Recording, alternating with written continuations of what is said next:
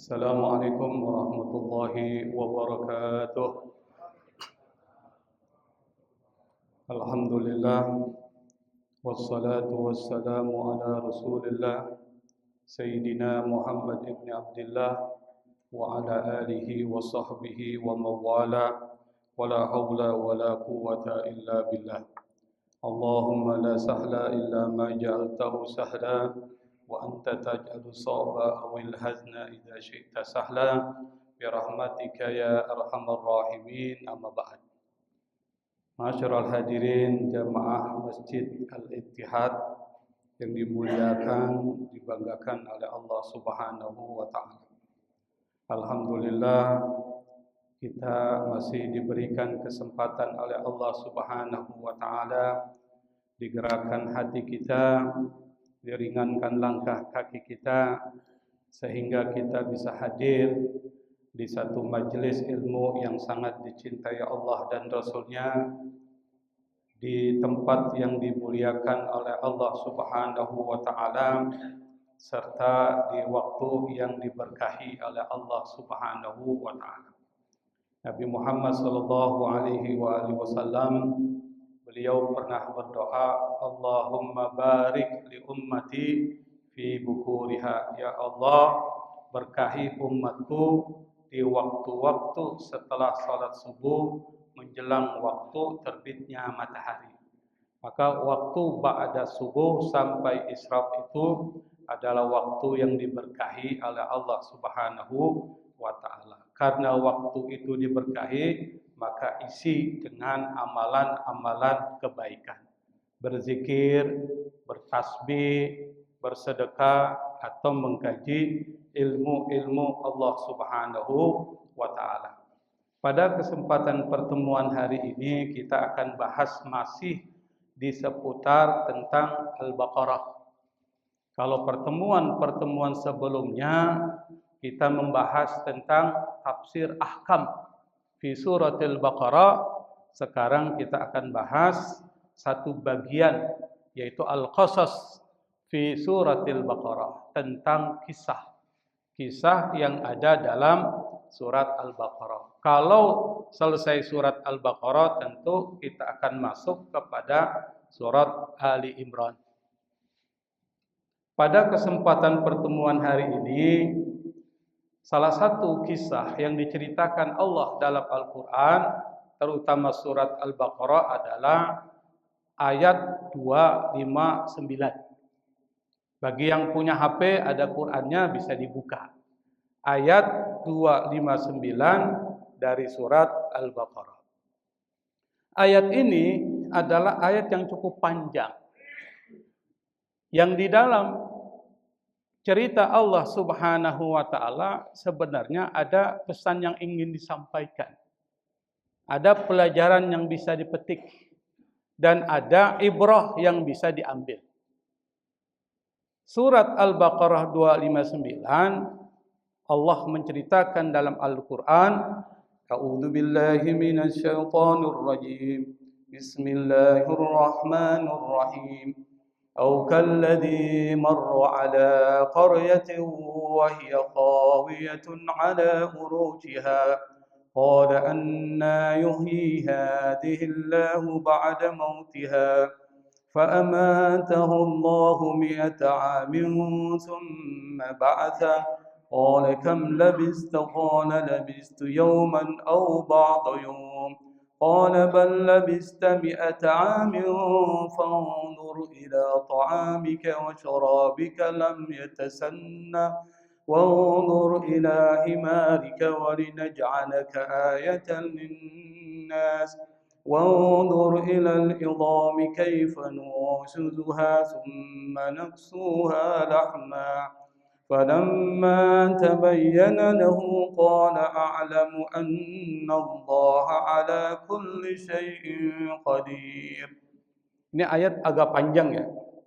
Kalau kita lihat artinya, atau seperti orang yang melewati satu negeri yang bangunnya telah roboh, menutupi reruntuhan atap-atapnya. Dia berkata, bagaimana Allah menghidupkan kembali negeri ini setelah negeri ini hancur. Lalu Allah matikan dia selama 100 tahun. Lalu Allah bangkitkan kembali.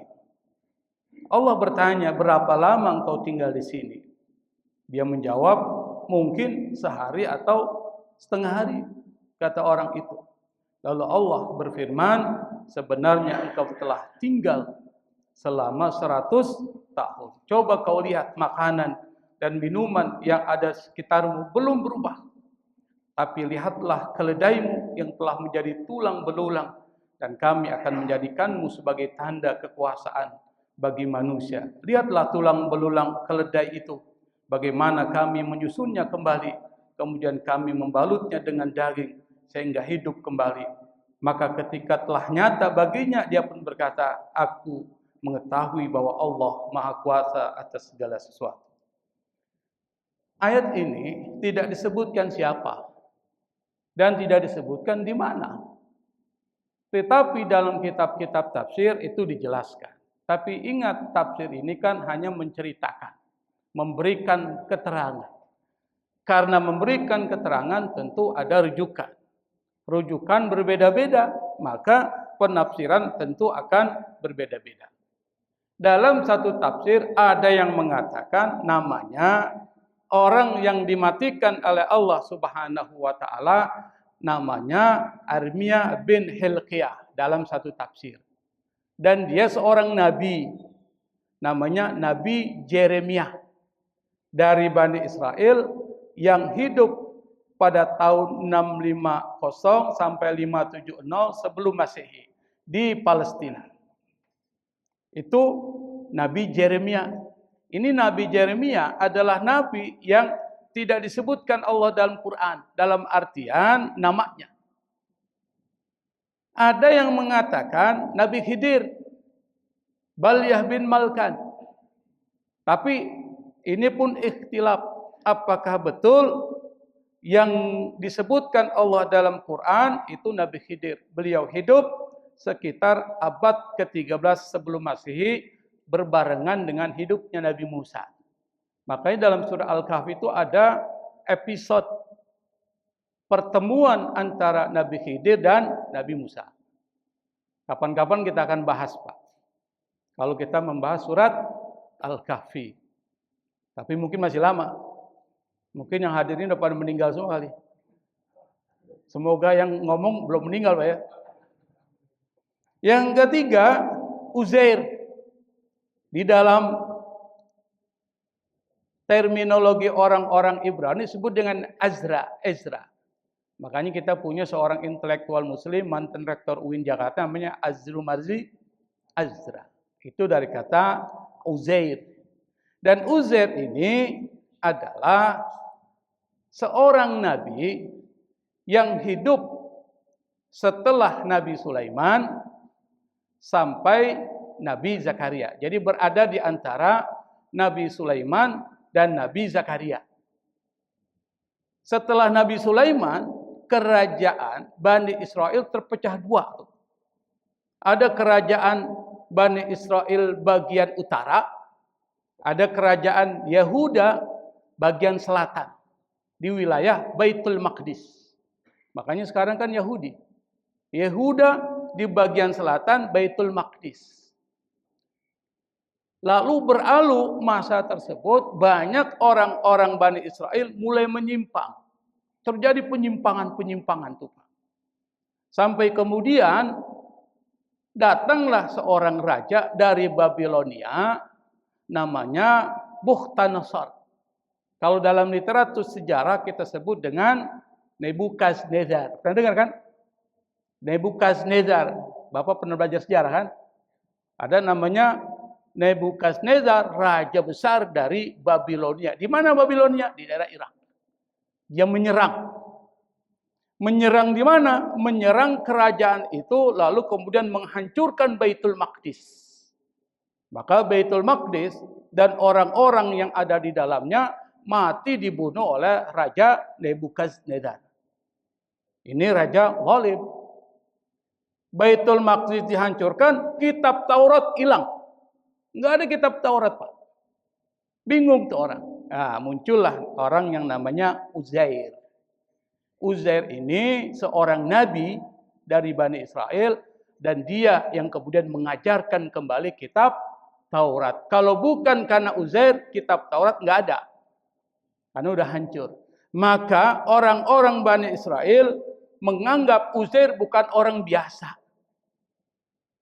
Menganggap Uzair orang sakti, orang istimewa, lalu kemudian mengatakannya sebagai anak Tuhan. Wa qalatil yahudu Uzairu ibnullah. Berkatalah orang-orang Yahudi, Uzair adalah putra Allah. Orang-orang Kristen mengatakan Isa anak Tuhan. Orang Yahudi mengatakan Uzair anak Tuhan. Bukan karena tanpa alasan, tapi alasannya adalah karena Uzair mampu menghidupkan kembali kitab Taurat yang hilang pada saat ketika dihancurkan oleh Nebukadnezar atau Bukhtanasor. Kalau dalam literatur Arab disebut dengan Bukhtanasor. Tapi kita literatur Barat menyebutkan Nebukadnezar. Namanya sudah disebut ya. Kalau Bapak mau punya anak pakai nama itu aja, Pak, Nebukadnezar. Biar susah disebut sama gurunya kan. Nah, hidup di abad ke-6 sebelum Masehi. Maka tempat yang dihancurkan yang nanti disebutkan Allah dalam Quran namanya Baitul Maqdis. Tahu Pak sekarang ya? Ayat itu bicara tentang apa? Tahu kan? Baitul Maqdis. Nah, nanti kita ceritakan. Episode pertama, kita kan ringkas saja nih ayat ini. Fase pertama Allah menceritakan ada seorang hamba Allah yang disebut dengan Uzair. Jadi para ulama tafsir mengatakan, hampir sebagian besar ulama tafsir mengatakan yang disebut hamba Allah yang lewati satu negeri yang telah hancur itu Uzair. Nabi Uzair. Rumah-rumah roboh, penduduk udah habis, nggak ada lagi tanpa kehidupan. Uzair ngelihat semua ini, dia bilang, tapi bukan mengatakan tidak percaya sama Allah. Anna yuhyi hadhillahu ba'da mautiha. Bagaimana Allah menghidupkan kembali negeri ini setelah hancur seperti ini? Berarti hancurnya total. Dalam hati dia gimana Allah hidupkan kembali?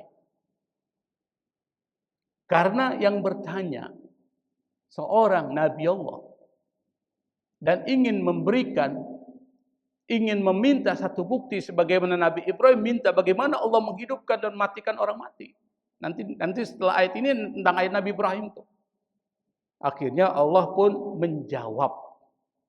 Keraguan bukan dalam artian iman, tapi keraguan bagaimana Allah menghidupkan kembali sesuatu yang telah hancur seperti ini. Maka kemudian Allah mematikan yang disebut dengan Uzair. Tetapi ayat ini satu fase yang disebutkan Allah itu ada ibrahnya. Ada pelajaran. Apa pelajarannya? Pelajarannya adalah supaya kita berpikir, Pak. Ngambil pelajaran. Memikirkan apa yang terjadi di sekitar kita dan ambil hikmah. Itulah orang-orang yang disebut dengan ulul albab. Jadi orang-orang muslim adalah orang-orang yang kalau dia hidup, dia perhatikan sekitarnya, apa yang terjadi, maka dia ambil pelajaran dan dia memikirkan supaya apa? Supaya iman dan pengetahuan bertambah. Misalnya apa yang terjadi di alam semesta. Itu kan di dalam Al-Quran disebutkan. Apa ayatnya itu? Ada yang tahu enggak tuh? Yang dalam ayat itu kemudian ini hanya dilakukan oleh orang-orang yang disebut dengan ulul albab. Inna fi khalqis samawati wal ardi wa ikhtilafil laili wan nahari la ayatin li ulil albab. Sesungguhnya dalam penciptaan langit dan bumi berarti semuanya. Dan pergeseran waktu siang dan malam itu ada tanda. La-nya lam taukid dalam bahasa Arab. Apa itu lam taukid? Lam taukid itu adalah lam yang di dalamnya Allah perintahkan serius. untuk melakukan perenungan, tanda-tanda bagi orang yang ulul albab. Siapa ulul albab? Orang yang berpikir dan ngambil pelajaran. Makanya ada kisah yang disebutkan oleh Allah dalam Quran tentang Nabi Ibrahim. Bapak kalau baca surah Al-An'am itu ada satu episode perjalanan Nabi Ibrahim mencari Tuhan. Episode. Bukan berarti Nabi Ibrahim itu ingin digambarkan oleh Allah. Nabi Ibrahim sebelum dia menjadi nabi, sebelum dapat petunjuk dari Allah, beliau melakukan yang disebut dengan tafakkur dan mengambil satu pelajaran. Kayaknya ininya ditaruh aja lah Pak supaya enggak ini. Saya agak sedikit kurang konsentrasi kalau lewat-lewat gitu. Taruh aja supaya enggak terlalu biasa orang kurang konsentrasi ya. Bundar-mandir kan. Taruh aja di situ, nanti diambil. Sampai mana tadi, Pak? Nabi Ibrahim. Itu Nabi Ibrahim, Pak, kalau Bapak lihat surat Al-An'am, itu dia amati tuh bulan, bintang, matahari. Lalu dia simpulkan, ini Tuhan kali. Tapi ketika semua benda-benda yang disebutkan oleh Nabi Ibrahim yang diperhatikan begitu luar biasa dahsyatnya, sampai kemudian Nabi Ibrahim mengatakan, loh, Tuhan itu nggak boleh hilang dong dari pandangan. Kesimpulannya. Tapi ternyata dengan menggunakan akal pikiran, Nabi Ibrahim belum mendapat satu hakikat yang sebenarnya. Hakikat yang sebenarnya adalah ketika Allah Subhanahu wa taala mengatakan kepada Nabi Ibrahim, "Akulah Tuhanmu." Baru kemudian ketika Nabi Ibrahim yakin, dengan keyakinan itu dia berani ngelawan satu raja yang paling diktator. Siapa rajanya? Namrud, Pak. Dia berani sendiri. Masyarakatnya dia lawan semua. Orang kalau imannya sudah kuat, Pak, dia nggak takut. Wala khaufun alaihim walahum yahzan. Itu orang imannya kuat. Maka kalau kita lihat cerita Nabi Ibrahim, itu ceritanya dahsyat semua. Cerita yang kedua yang paling dahsyat, cerita Nabi Musa. Itu dahsyat semua. Nah, Allah ingin kita, hamba-hambanya, berpikir dan mengambil pelajaran. Setiap apa yang terjadi di sekitar kita. Setelah Nabi Uzair mempertanyakan, bukan berarti imannya lemah, bukan. Nabi Uzair kemudian dimatikan oleh Allah Subhanahu wa taala. Ia meninggal dunia bersama dengan keledainya, sementara makanan dan minuman yang dibawanya tetap berada di tempatnya. Apa ibrah dan hikmahnya? Allah ingin mengatakan kepada kita semua yang seperti itu kecil. Wadzalika 'alallahi yasir. Hal seperti itu bagi Allah kecil. Allah berkuasa atas hidup dan mati kita dan tidak ada yang mustahil bagi Allah. Kalau Allah ingin matikan dan hidupkan sekaligus, bagi Allah bukan hal yang mustahil. Bagi kita mustahil. Tapi bagi Allah tidak ada yang mustahil. Artinya apa? Allah qadirun ala kulli syai'. Allah berkuasa. Kalau Allah berkuasa, maka kita berlindung hanya kepada Allah. Itu tauhidnya. Kalau Allah berkuasa, kita minta hanya kepada Allah. Kalau Allah berkuasa, maka kita menjadikan sandaran hanya kepada Allah, bukan manusia. Kenapa? Bagi Allah mudah membuat Anda dalam waktu sekejap bisa jadi orang kaya. Dan bagi Allah mudah bisa menjatuhkan Anda dari kekuasaan dan kekayaan menjadi orang miskin dan orang tidak berguna. Makanya dalam Al-Quran, tu'izzu man tasha wa tudhillu man tasha. Allah bisa muliakan orang yang dikehendaki dan Allah bisa menghinakan orang yang dikehendaki. Artinya apa? Kalau Allah yang berkuasa, maka yang kita dekati siapa? Allah. Bukan manusia. Kita ini kan kebalik. Kebalik kan? Manusia kita takut. Allah kita berani. Takutnya gimana? Coba aja kita lihat misalnya kalau ada orang ngancam kita. Kita udah mulai takut tuh. Nggak mau berani ngomong. Nggak berani mengucapkan kebenaran. Yang kedua, Allah ingin mengatakan bahwa kehidupan setelah mati itu ada. Kenapa? Karena banyak orang yang masih belum percaya bahwa setelah mati ada kehidupan. Yang disebut dengan kehidupan akhirat. Siapa? Pertama, orang kafir musyrik Mekah. Orang musyrik Mekah, orang kafir Mekah. Mereka nggak percaya. Makanya di dalam Al-Quran disebutkan, siapa yang menghidupkan tulang belulang ini kalau sudah hancur? Di surat apa itu, Pak? Hah? Yasin. Man yuhyil idhama wa hiya ramim. Siapa yang menghidupkan itu tulang-tulang nih setelah dia hancur? Kata Allah, yang menghidupkan, yang menciptakannya pertama kali. Allah menciptakan tulang, Allah menghancurkan tulang, dan Allah bisa menghidupkan kembali.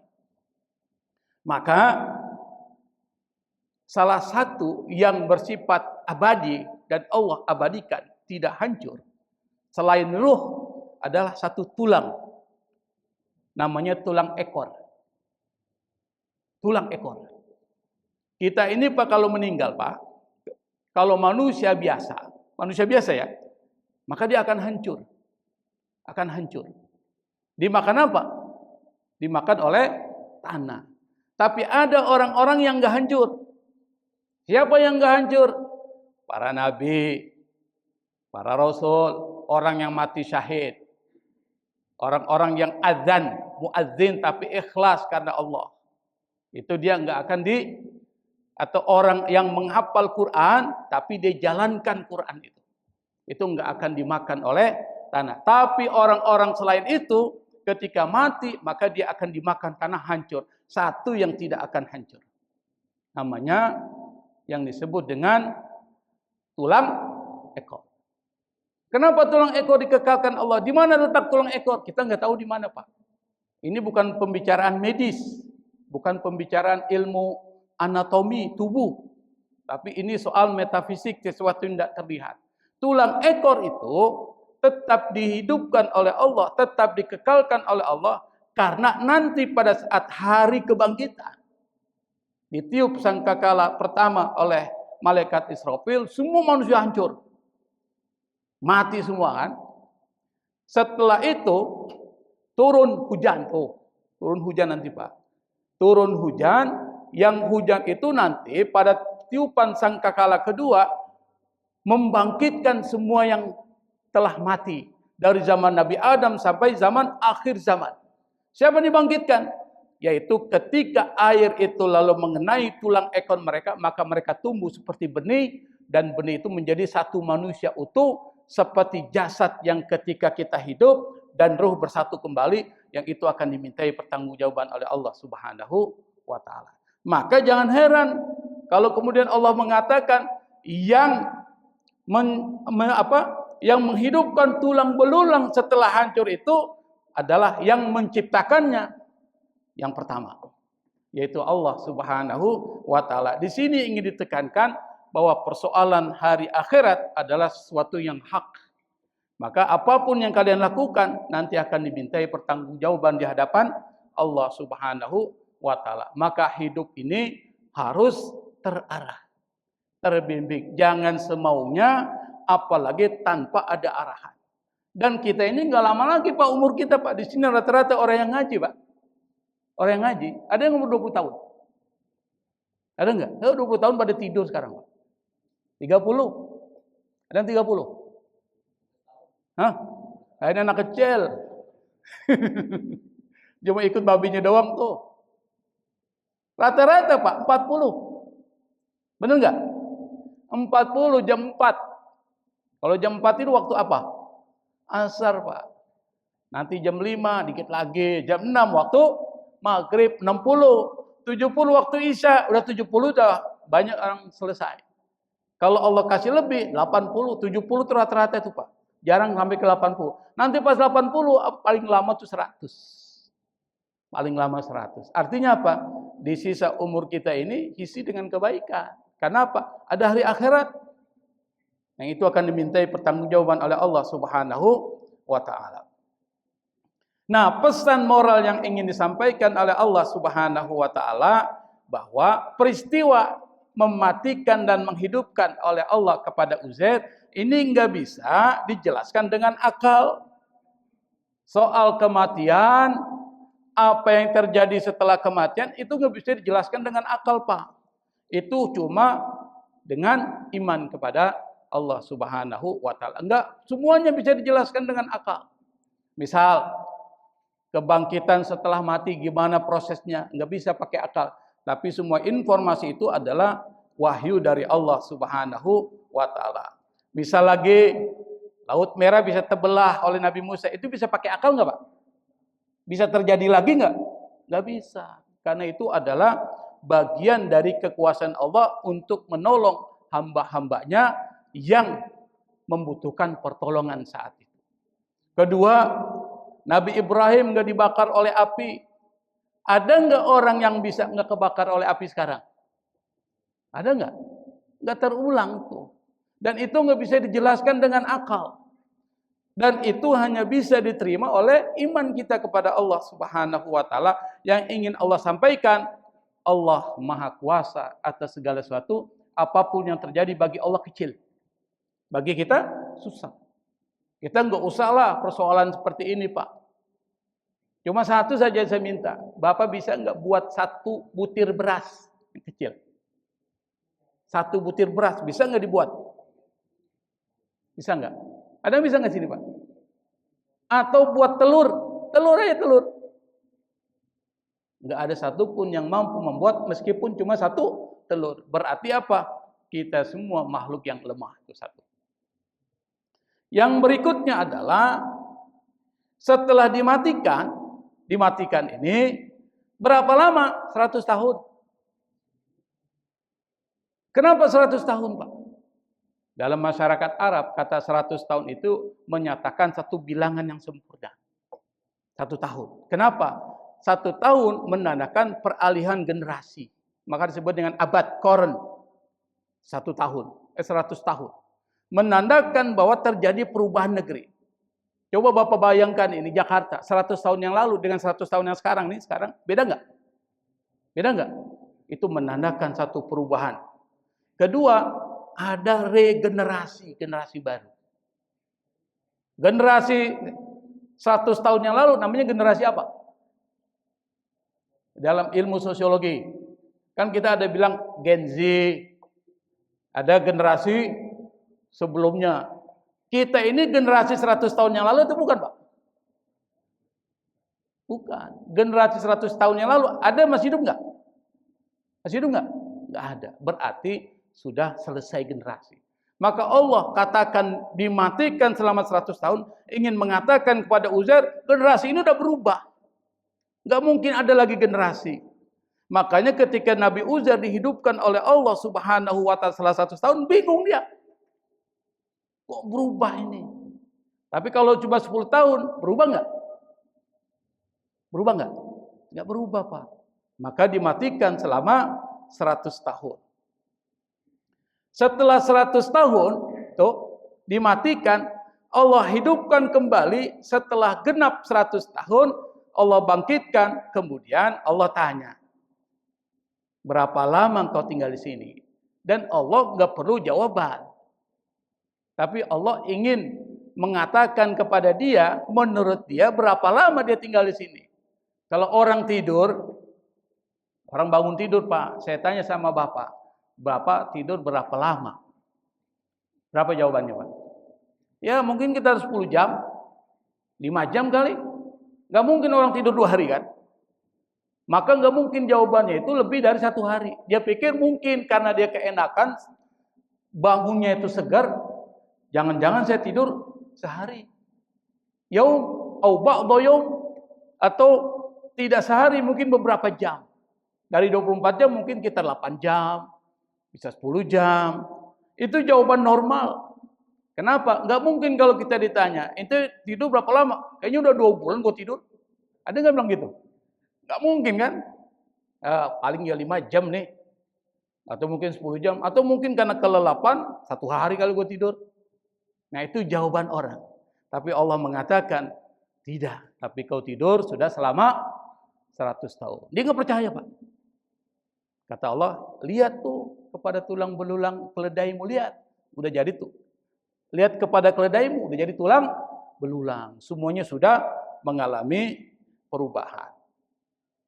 Apa yang ingin disampaikan oleh Allah Subhanahu wa taala artinya Allah mampu menghidupkan kembali makhluk yang telah mati, sehingga kita harus yakin adanya hari kebangkitan. Karena memang fokusnya pada rukun iman ini, hari kebangkitan. Dan cerita berikutnya 260 sama dengan cerita dari Uzair, karena konteks ayat ini pada dasarnya menjelaskan tentang persoalan ada hari kebangkitan setelah kematian. Ada hari kebangkitan yang semua orang akan dibangkitkan oleh Allah Subhanahu wa taala dan akan dimintai pertanggungjawaban di hadapan Allah Subhanahu wa taala.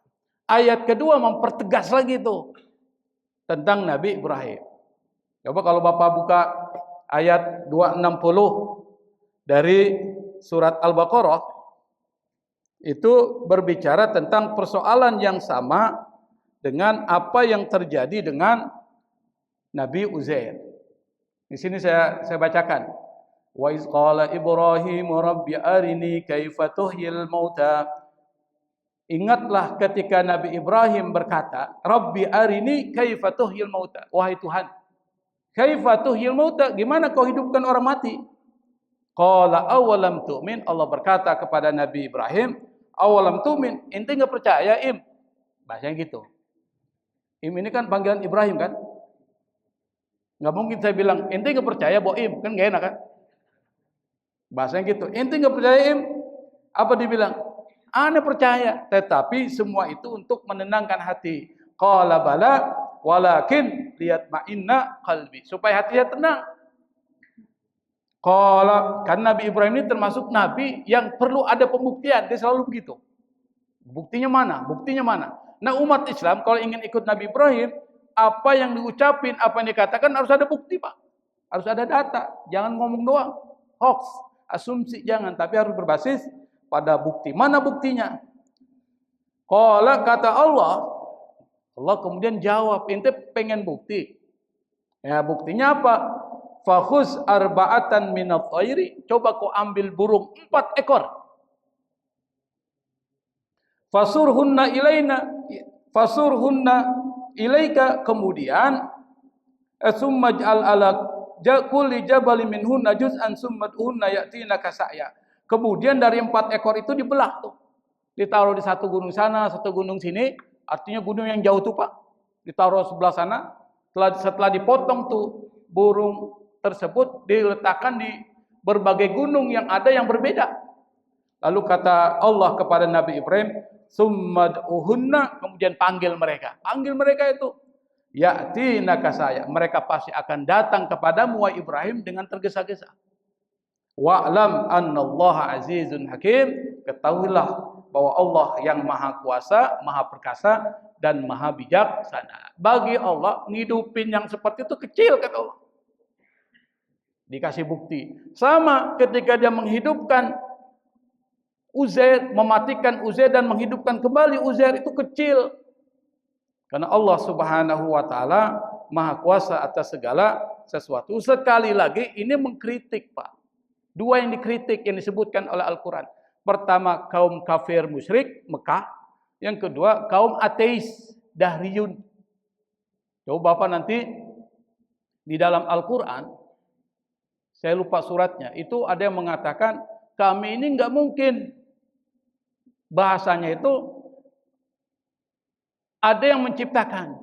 Semua ini adalah hukum alam. Itu kaum Dahriyun, orang yang enggak percaya bahwa ada yang menciptakan, termasuk membangkitkan. Bagaimana mungkin kami yang sudah hancur lebur kok bisa dihidupkan kembali? Bagaimana mungkin? Nah, itu yang dikritik oleh Allah Subhanahu wa taala. Bagi Allah itu gampang. Bagi Allah itu kecil, bagi kamu itu besar, tapi bagi Allah itu kecil. Nah, sekarang kita lihat apa sebenarnya yang ingin disampaikan oleh Allah Subhanahu wa taala. Cuma 2 saja, Pak, dalam ayat ini. Apa? Yang pertama, Allah Maha Kuasa menghidupkan kembali yang telah mati sebagai bukti kebenaran hari kebangkitan. Dan hari kebangkitan adalah jadi rukun iman. Rukun iman yang keberapa? Yang keberapa? Yang kelima. Al-iman bil yaumil akhir. Iman kepada hari akhir. Kenapa kita disuruh iman kepada hari akhir? Jawabannya adalah supaya kita di dalam hidup ini harus punya arah dan pedoman dalam melakukan segala sesuatu. Itu satu tuh. Jangan semaunya. Maka kemudian Allah Subhanahu wa taala turunkan para nabi dan rasul, yang para nabi dan rasul itu membawa ajaran. Dan ingat, ajaran-ajaran itu bukan untuk Allah, tapi untuk manusia. Ajaran itu dua, tauhid nggak berubah dari zaman Nabi Adam sampai zaman Nabi Muhammad SAW, itu nggak ada perubahan. Itu abadi qat'i. Tapi terkait dengan syariat Allah Subhanahu wa taala itu mengalami perubahan tergantung dari konteks masyarakat di mana Nabi itu hidup. Makanya yang namanya syariat itu bisa berubah-ubah. Kita jangan mensakralkan syariat atau fikih. Bahasanya fikih ya, bukan syariat, tapi fikih. Karena fikih adalah pemahaman terhadap syariat. Jangan menyucikan pendapat-pendapat. Itu satu. Artinya begini, kadang-kala kita karena mengikut satu imam mazhab tertentu, lalu kemudian menyalahkan mazhab lain. Itu keliru. Nanti saya akan jelaskan. Soal tauhid, la ilaha illallah, itu sama semua. Nanti konteks berikutnya tergantung dari nabinya. Satu. Soal syariat, itu berubah. Saya berikan contoh, zaman Nabi Adam. Ada syariat kurban. Ada nggak syariat kurban? Ada nggak? Syariat kurban itu berbeda. Pada saat ketika Allah Subhanahu wa taala memerintahkan kepada Nabi Adam terkait dengan perselisihan antara Qabil dan Habil terkait dengan perkawinan mereka, maka Allah suruh kurban. Kurbannya dengan apa? Dengan apa? Qabil dengan apa? Hah? Dengan apa, Pak? Dengan pertaniannya. Karena Qabil seorang petani, kurbankan apa yang kau miliki. Ada enggak sekarang kita korban dengan padi? Dengan gandum? Dengan korma? Ada enggak? Enggak ada, Pak. Zaman Nabi Adam itu syariatnya. Korban dengan tanam-tanaman. Habil dengan apa? Hewan. Berarti dua tuh. Korban dengan hewan. Sekarang kita korban dengan apa? Harus dengan hewan. Apakah semua hewan? Tidak, tapi hewan-hewan tertentu. Kalau semua hewan enak Pak kita. Ikan aja kan cupang. Ikan cupang masih ada nggak sih? Ikan gapi. Oh, ikan gapi. Ikan gapi tahu? Ikan yang ada di got itu. Dulu saya masih kecil sering ke Senayan tuh. Senayan tuh ada got tuh, ada ikan gapi tuh, saya sering ambil tuh. Tahu nggak ngerti untuk apa waktu itu kan? Tapi ikan yang paling saya suka, saya pelihara itu ikan cupang tuh, cakep ikannya. Cuma nggak bisa dimakan. Tapi kalau seandainya kita bisa kurban dengan binatang apapun, kita bisa kurban dengan ikan teri, ikan paling kecil. Tapi Allah batasi, kurban itu bukan buat ente, tapi buat orang lain. Maka cari yang gemuk. Apa yang gemuk? Ya binatang ternak. Apa binatang ternak? Ya kambing, ya domba, sapi, kebo, unta dan sebagainya. Itu ada tujuan dan maksud. Nah, pernikahan pada zaman Nabi Adam dengan zaman Nabi Yakub dan zaman Nabi Muhammad itu beda. Nabi Adam boleh nggak nikah sama saudara sendiri? Boleh, karena belum ada orang. Nabi Yakub boleh nggak menikahi perempuan sekaligus adik kakak? Boleh. Kasus Nabi Yakub menikahi Lea dan Rahel, itu kakak adik. Rahel punya pembantu perempuan. Lea punya pembantu perempuan.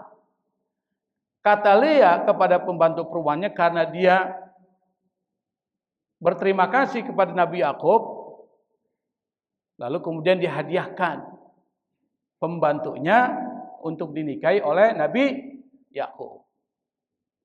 Rahel juga sama, punya pembantu perempuan, diserahkan kepada Nabi Yakub untuk dinikahi. Enak nggak Pak punya istri begitu Pak?